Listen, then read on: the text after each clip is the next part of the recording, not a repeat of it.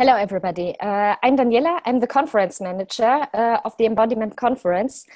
And today we want to address a few things which came up in the last days around the conference. With me, Mark is here from Bali, calling in. Hi, Mark. Hey, Daniela. Hi, everybody. So I was kind of made aware of some stuff happening today. I've been on sabbatical, but it seemed like pretty important stuff. So kind of come off that. I've been chatting to Daniela and some of the other teachers involved in the conference today. I think maybe we should start by saying, what the conference is, so kind of giving the scope of that.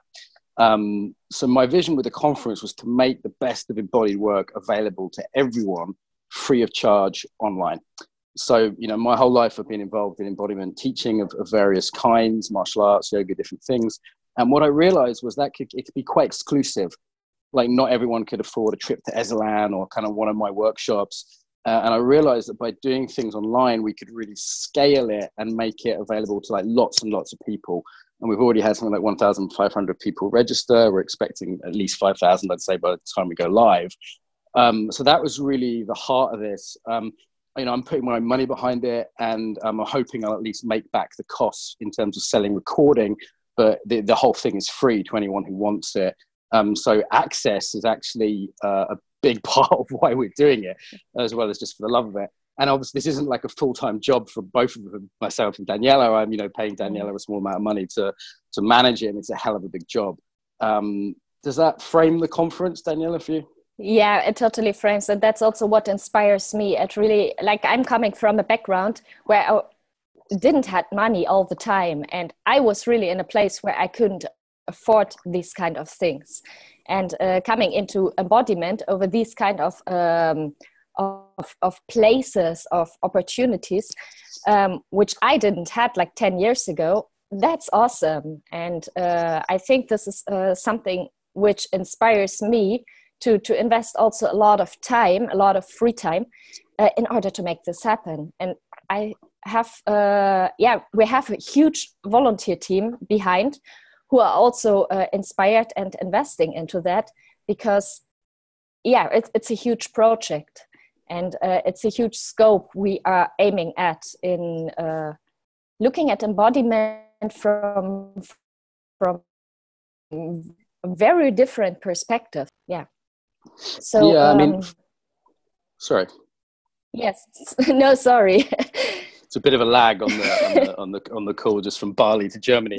And the other team members, you'll also see Arabella, who's Russian, involved. Yeah. There's quite a strong sort of East European contingent of people that are interested and connected. And Vididasa, who's a yoga friend of mine, a meditation teacher who's doing the web.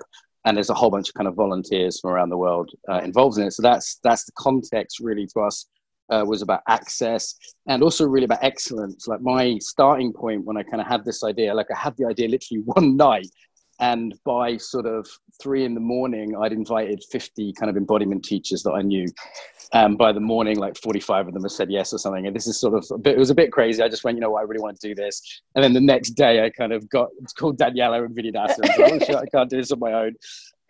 So first of all, the thing is I totally acknowledge there's a bias in that in terms of the people I know and Daniela knows as the main people kind of getting people involved. Like there's far more British people involved than as a percentage of the world's population, for example. And Central Europeans or Aikido, we share an Aikido background. So there's more people involved in sort of that work than would be sort of proportional. One of the things that was important for me from the start was to make it kind of culturally diverse. What we're addressing today is all about diversity, as people may know.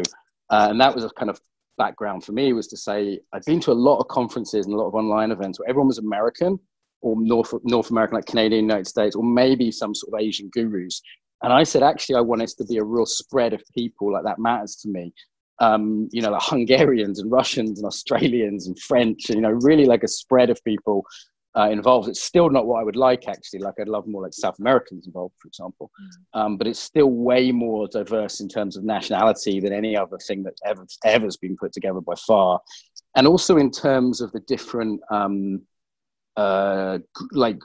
approaches, because there's so many cool ways to work with the body, like yoga, dance, meditation, martial arts. I really wanted it to be very diverse in terms of the perspectives and approaches that people were coming with, rather than just being the normal thing is one system or one business or one guru. So that was really from the start and the core for me. Yeah, I agree on that. That we actually took more a broader approach instead of taking one track and diving deep into, and like looking from on embodiment from 17 different tracks with people having different perspectives. It's quite a huge scope already, but of course it's not. It can't cover the whole ground. There's so much more. And I would love to see also more people from what you said, South America, from Southeast Asia, from Australia, from Well, if we were going to make this truly representative of the world, like a third of the teachers should be Chinese, right? Yes, like exactly. If we really want to make this global, that would be genuinely representative. I mean, let's go straight to the kind of concern that's been expressed, because I think it's totally a fair concern. That's the first thing I'd say. And I really get that a lot of the people expressing this concern, it's really kind of good-hearted. There's like a real concern there for fairness, for inclusivity, and, people that hate racism and sexism. And I feel like this is totally fair enough. That's the first thing I just want to acknowledge is like, and we'll actually share, this is something that's been a bit painful for me today, kind of waking up and seeing what's been going on, is, we share a lot of those values that I see being expressed. Like, I've been involved in gay rights work in Russia for the last 3 or 4 years, regularly, several times a year, really putting my ass on the line because I really care about fairness and inclusivity. Like, that's a big deal to me. And, that's one battle I thought was worth fighting. So I've been supporting gay rights groups in Russia, and that's, potentially a dangerous thing to do. And Daniela, you've been involved in all sorts of a lot of stuff, things as well, and you're like in Afghanistan. And yeah, my background is in police work, so I was confronted with discrimination, biases on a daily basis. And in that sense, I was working in Afghanistan as a police officer, working really with people who are on the lower end of privilege. So I saw that. I saw people literally slaughtering cows on the street for food. I was seeing people, fighting every day for survival. I also worked in Israel and Palestine, teaching Aikido in Palestine, building up a women's group there to make Aikido accessible also for women, to empower them. So this is an important issue, and it is important to raise that. It is important to acknowledge your concerns, and we are very, very grateful for that. And we're taking this very, very seriously. Yeah, and I feel like it's easy for like kind of corporations or kind of big companies to sort of pay lip service to this in the modern age, essentially because they're scared, right? There's a certain sort of fear going on. And I want to acknowledge that was part of my experience, particularly this morning, waking up to some of this stuff before I processed it. There's a kind of vulnerability in talking about any of this stuff, even if one's kind of on board with a lot of the values that are there. That was there for me this morning, and also a certain frustration having given a lot of my life to, like knowing that you'd experienced huge sexism as a police officer, yes. Coming from an Irish background, which is a group of people that have had a genocide committed against them, having spent a lot of time in places like Yad Vashem and Auschwitz, and really seeing how bad racism can get. Like, this is not something I'm not passionate about or am somehow naive about. And that doesn't mean I kind of buy the kind of full, kind of hard leftist, authoritarian leftist view on some of these topics. And I feel like we want to really acknowledge the kind of kind-hearted, wise side of this, and also perhaps today, like on this call, make some stands against some of this. I feel like, first of all, there's some practicalities to acknowledge. Like, people said, like, why weren't I responding? Well, one reason I didn't respond is I was just away. It was totally out of contact. And Daniela and Arabella did certainly acknowledge. The other thing is, this has been on our radar. So when I first started looking for teachers, I was aware that many of them were white. And I went, oh shit, what's going on? I really want to acknowledge that I think the whole body-mind world has an issue here. And I want to extend this beyond this conference. It's not like, there's some sort of Nazi conference. The whole issue, the whole body-mind world, the whole embodiment world has an issue here, in that we actually genuinely found it hard to find very experienced teachers of other ethnicities, unless we were going to go to the sort of Indian or Japanese, Tibetan sort of guru thing, which isn't really the vibe of the conference, but certainly in the Western world. So that's the first thing I want to acknowledge, that I think there's the whole world that's around us, around body mind things, has an issue with this. Like, I went to a Buddhist conference and there was, you know, like 500 people there and one black guy. This was in the United States, in Boulder, a few years back. And I was like, wow, something's up here in this whole world. And my commitment, where I get torn, is like, my commitment's been to excellence. Like, I really want to get the best teachers and make them available free to everyone. And I actually genuinely found it difficult to find teachers of other ethnicities that were established. So our criteria for teachers is usually about 20 years teaching experience. So we're not looking for sort of junior teachers who are just coming in, which I see a lot more, good and happily. So like, if you know those teachers who have got 20 years plus experience in body mind arts, you think would be a good fit for the conference, and no one too new agey, then, you know, send them our way. In fact, better than that, come and volunteer for us. Like, actually come and help the conference. In like, don't just give us their names, like, contact them, get their assistant's phone number, their email, tell us about their experience and their background, you know. So actually, like, volunteer and help us, because Daniela's just got a huge job with this. And the other thing is, there's a couple more things about practicalities. One is, the speaker lineup wasn't set. It's not set yet. We're still in the process of getting speakers, and there's some very big, particularly female speakers, we've been going after since the beginning. We had a slightly better response rate from male teachers. So there's something about the response rate there, which is interesting and worth looking at. So there's several big name teachers we're going after and would really love to have in the conference, particularly some senior female teachers. Bonnie Bainbridge-Curran, if you're out there, you're still very welcome. So that's the first thing to say, is we hadn't like set the conference, and it takes a tremendous amount of work. Like, each speaker, we need their picture, and there's agreement, and there's a contract. Like, Daniela's been just putting a huge amount of work into that. So like, watch this space. There will be other teachers coming. I think we're currently at about 35 to 40% female. I expect that to be up to about 45% by the time we go live. Equally, currently there are 6 non-white speakers. And here's something I saw today, which might have been, it's almost humorous. 3 of them sent us black and white pictures. So 3 of the non-white speakers don't necessarily look brown in their pictures. Like Stephen D'Souza, for example, is a friend of mine. He's not a white guy. Okay. He's just kind of looks like a slightly tanned guy in the picture. Well, we'll get a color picture and it will be obvious that it's actually a bit more diverse than it looks. But also, I'd really challenge, like, the ethnic diversity is actually way more than most conferences you'll see, just not necessarily from a point of view of color of the skin. So, for example, there's several Irish teachers involved. Do they count? You know, I'd say, yeah. You know, Ireland's a culture which has gone through all kinds of crap. Someone from an Irish background, I know this. What about the Russians? Well, the Russians have gone through all sorts of shit. What about the Hungarian speaker? And equally, if we were going to look at percentages, which country would we take the percentage from of non-white speakers? So if we took it from Russia or Hungary, we're well over the percentage already. If we take it from the United States, we're quite a bit under. And in the UK, we're certainly a bit under, but not so far under in terms of the percentage, actually. It's not so far off. 20% of the UK population, for example, is registered as non-white. There are other ethnic minorities like white Irish. So I just really, like, a lot of the people I think are criticizing this have come from a very American point of view. And that in itself is a form of privilege, to have that American view, which people think should be dominating the entire world. Like, everyone should subscribe to the types of diversity that are most prevalent in the United States. So for me, as a British person, class is massively important, like really important. And I see the barriers to more working class people in a lot of body-mind practices. And that's just not easy to see on a website, but that's something that's on my radar.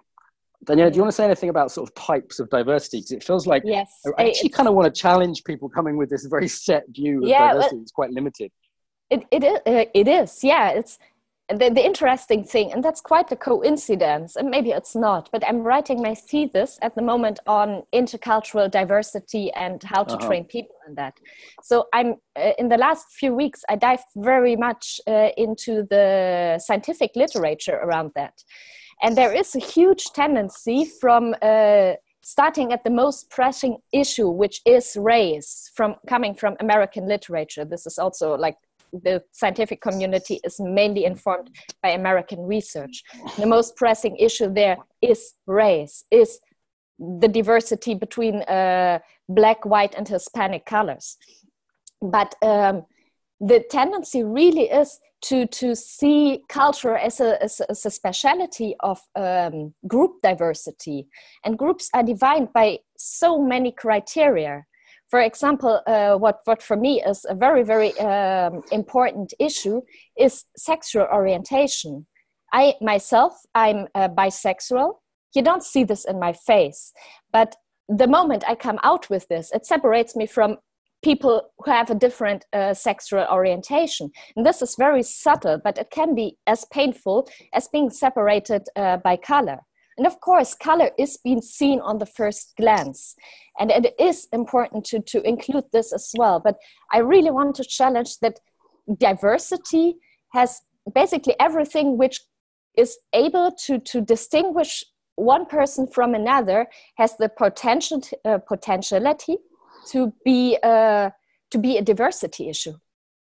Yeah, there's essentially infinite segments, I guess it's called. Exactly. You know, I don't have your level of education around this, but there's like, you don't see that I had a mentally ill alcoholic father. Yeah, and then whereas it stings to me. It really, if I made it really stings to me that there's people who I know grew up wealthy and privileged. And then, by the way, everyone but one who has made a real, like an unpleasant criticism rather than a helpful pointing out, is I'd say about 10 people, which isn't huge numbers.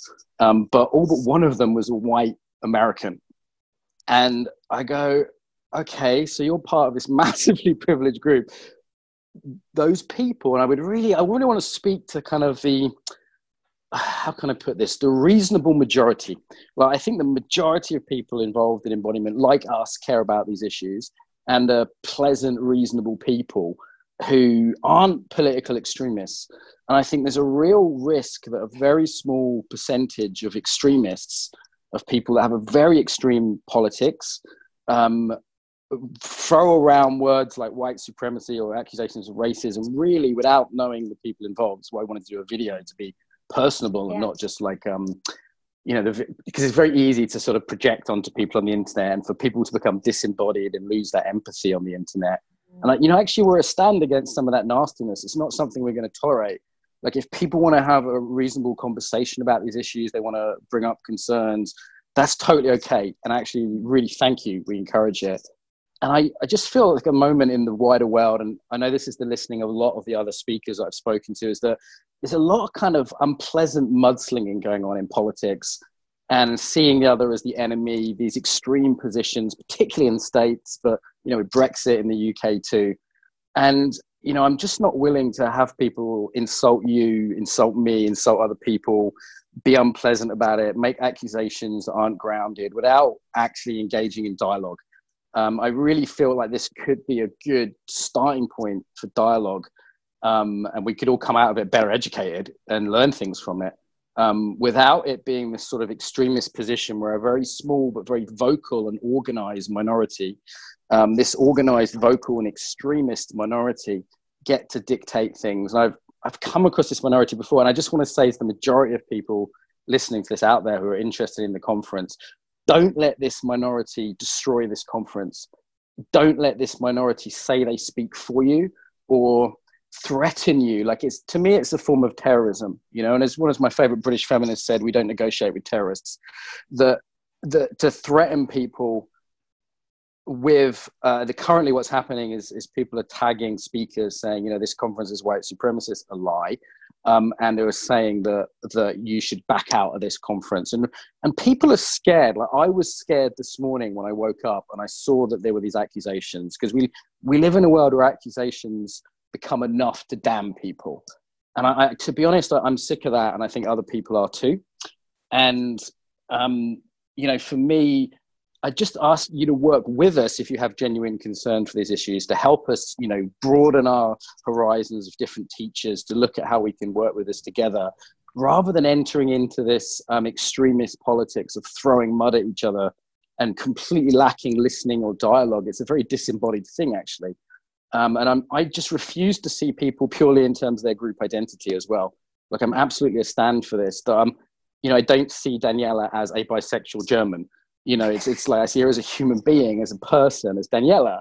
Like that's the primary way I want to relate to Daniela and everybody else that I meet. And I've seen, I've got Ukrainian family. I've been to the Gulag Museum. I know where it ends when you start seeing people as social orders. The other thing I'm just not willing to do is quotas. Okay. So here's why I'm not willing to phone up my black mates and say, oh yeah, can you come and speak at the conference, because we're getting pressured and we're scared to do that, because it's insulting to them.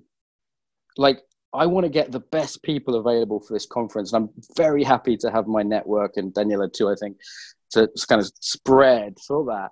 But I'm not willing to ban someone from speaking on account of the color of their skin, because that's racist, and I'm not prepared to do that. I'm not prepared to go to someone and say, listen, I'm really sorry, John, you're a guy, you're white, we're going to have to drop you to make room for someone that has less experience than you. I'm not willing to do that. And I'm not willing to go to people and with tokenism either and insult them by saying, even though you're a junior teacher, I want you to speak at the conference, because otherwise I'm going to get crap. So I feel like there's a stand that's really worth making here, as well as a consideration for what is a valid concern. This is also, in a way, if we would do this, it would act out of fear. And fear is not the driving force of this conference. The driving force of this conference is education. It's bringing people together, integrating, creating synergies. And this is not something which where we can cover all the bases. This is just beyond our scope, like time-wise, financially, resources. But we are taking this very seriously, and that's why we also decided, after discussing this within the team yesterday evening and this morning, that we will add another day to the conference in order to make space for speakers from a more diverse background. So we will start with this conference one day earlier, in order to, because we have a lot of response, we have a lot of great speakers. And in fact, there are limitations, and there are just so many spots, there are just so many days, there are just so many people who can actually host that, who can do the technical background. We are running sessions from, I think, 10 a.m. UK time till 3 o'clock a.m. UK We're not going to time. get much sleep that week, those 2 weeks, are we, Daniela? Let's face it. It's ridiculous. So in a way, we really, So there is really not more space. So adding another day was the only option to create more, or giving the opening for more diversity. So we are really willing to do that. Yeah, and I feel like what I like about that is, like, I had several senior teachers on the conference message me today, leave voice messages, actually mostly very supportive, and also expressing their fears again. And I said, you know what, I don't want to do this from fear. Like I said to Danielle this morning, I said, let's get centered. I went off and meditated, had a swim, kind of said, all right, let's make a decision from a kind of grounded place. And when I see some of the kind of nastier ends of things happening around here, and again, I'd speak to the kind of what I'd call the kind of center left, or the liberal majority of people involved in embodiment, is like, look at what the tone of some of the stuff that when it gets nasty around this, like, it seems to me it's driven by resentment, fear. I know in one case it was someone who was declined as a speaker and was personally, resentful about that. People that have political agendas, it's really coming from a very unpleasant place. And if you're not coming from that place, if you want to like work with us, if you want to volunteer, if you want to suggest really quality people, and there won't be that many extra spaces, because we already had kind of a list of people. We'd already considered this, Yeah. But that, if I'd say the criteria would be like 20 years plus experience teaching, because I don't want to go to anyone and insult them by saying, oh, it's the color of your skin. I want to go to people and say, you know what, we're trying to broaden our horizons here, and we really want the best speakers. We want the top quality speakers. And I feel like, as I said before, this is a bigger issue in terms of the wider body, mind, or embodiment world, rather than just about this conference. So I think it is, because of that alone, it's worth flagging. And also, as Danielle and I myself have said, do please try and see this through the lens of multiple types of diversity, not just in terms of gender and ethnicity, The national spread we're presenting is absolutely phenomenal in terms of, no one's ever done this before. And also just in terms of, I really don't want people to see us as some like huge faceless corporation. We're human beings that have, limited times and energy and certain amount of, probably very similar values to many people. I'm hoping this could actually be a sort of positive for the conference. I think we're going to lose some of the more extremist people. And I'm kind of okay with that. Like in the same way that I don't want Nazis at the conference, I'm people that are like hardcore authoritarian left. I just see that as the sort of extremists that might not get on so well with this conference. And I really hope that the majority of us that are sort of in the sane middle, can actually use this as a learning experience. Yes, I think that's framing it very nicely. Taking this, it's the first time we're doing this. It's not just the first time this is generally happening. It's also for us the first time to organize an event of this scope. Like, I'm not a professional event manager.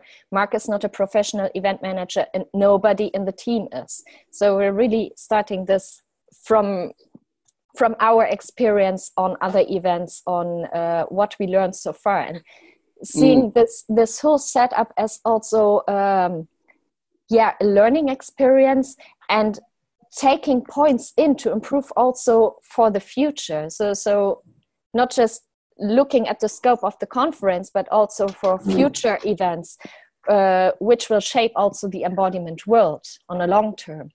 So this is not a project looking into what Mark points out, the general bias in the embodiment or body-mind world. It's a long-term project.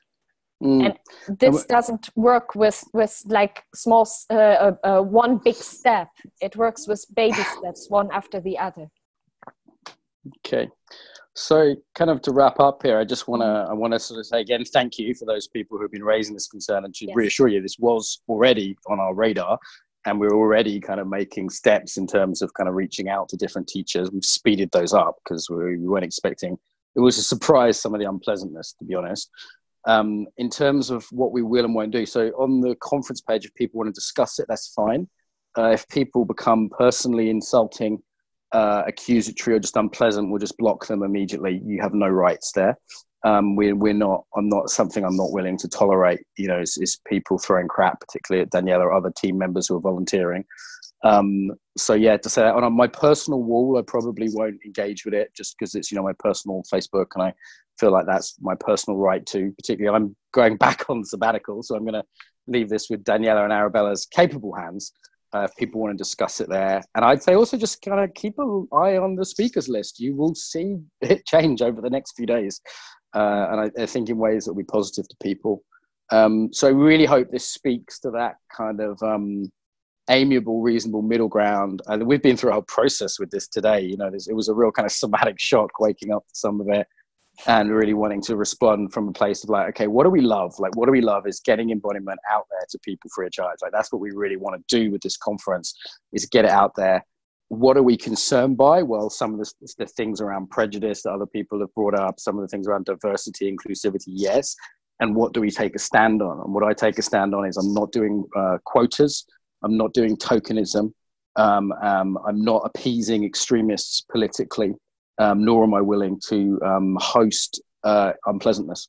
So they're the things I share a concern with. I think that's most of you guys listening to this, and the areas where I say, no, I think it's time to draw a line under some of this stuff, because people have seen this small extreme minority get increasingly vocal, increasingly unpleasant, really negative. Like, I've seen these people just destroy. They're not looking to create. They're not looking to be kind. They're looking to destroy, and I'm not willing to let that happen. So I feel like some hard lines need to be drawn here as well. So I hope that's not a mixed message, because I really felt like there was a sort of yin and yang to this, and wanting to acknowledge both. Daniela, do you have? I mean, you're the boss of this thing, particularly while I'm away. So any final words from you? What for me came up is like just what the Dalai Lama once said: if you say something, let it pass through 3 doors. Which is it true? Is it useful? And most important, is it kind? So is it really helping the cause of making embodiment embodiment available for as many people as possible, no matter from which cultural background they're coming. Yeah. Sometimes to me, it seems like often the more extremist people in this world are really trying to score points, get a certain amount of social prestige with their friends, particularly when it's just a whole bunch of white Americans saying it. Actually, a small group of white Americans saying it. I think there's a certain point scoring, there's a certain resentment, there's a certain knocking things down rather than building things up. And I really would encourage people to help us build this up, to help us learn. We're certainly not perfect. We certainly have our biases personally. There's certainly, our own biases are in there for sure. So if you want to kind of construct and help with us, if you want to build this, I think it's still it's a really beautiful project, and I'd hate to see it derailed by this whole conversation. So I think it's the last thing I have to say on it.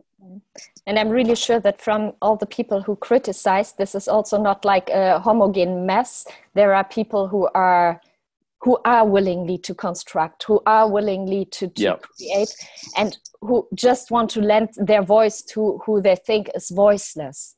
But and that's highly appreciated. So please come, join, help, volunteer. We're really happy for any support in this. It's a huge amount of work. And for the rest, I would just challenge you to look into what really diversity means, and what really diversity all can include. We have a diverse definition of diversity, not one that simply comes from liberal white America. Would be nice. So I agree with you. The majority of people that have been concerned by this have been kind intended, and really, it's coming from a good place. So we just want to support that. Yeah. All right. Well, I felt kind of vulnerable talking about that stuff. Just because we hadn't this wasn't like a slick PR release, right? We literally just briefly chatted about it earlier today. Yeah. So I hope that's helpful for people. And Daniela, I'm going to leave it in your capable hands. Yes. Thank you for joining in. Thank you also for the conversation. And I wish you a nice rest of sabbatical teaching on the other side of the world and spreading embodiment there. Thanks, Daniela, and thanks to everyone else that kind of listened to this and is engaging with this. To have the patience to do that. It's we live in a difficult time, and I feel like some of these issues are just being worked out. Sometimes the hard way, sometimes the easy way. Exactly.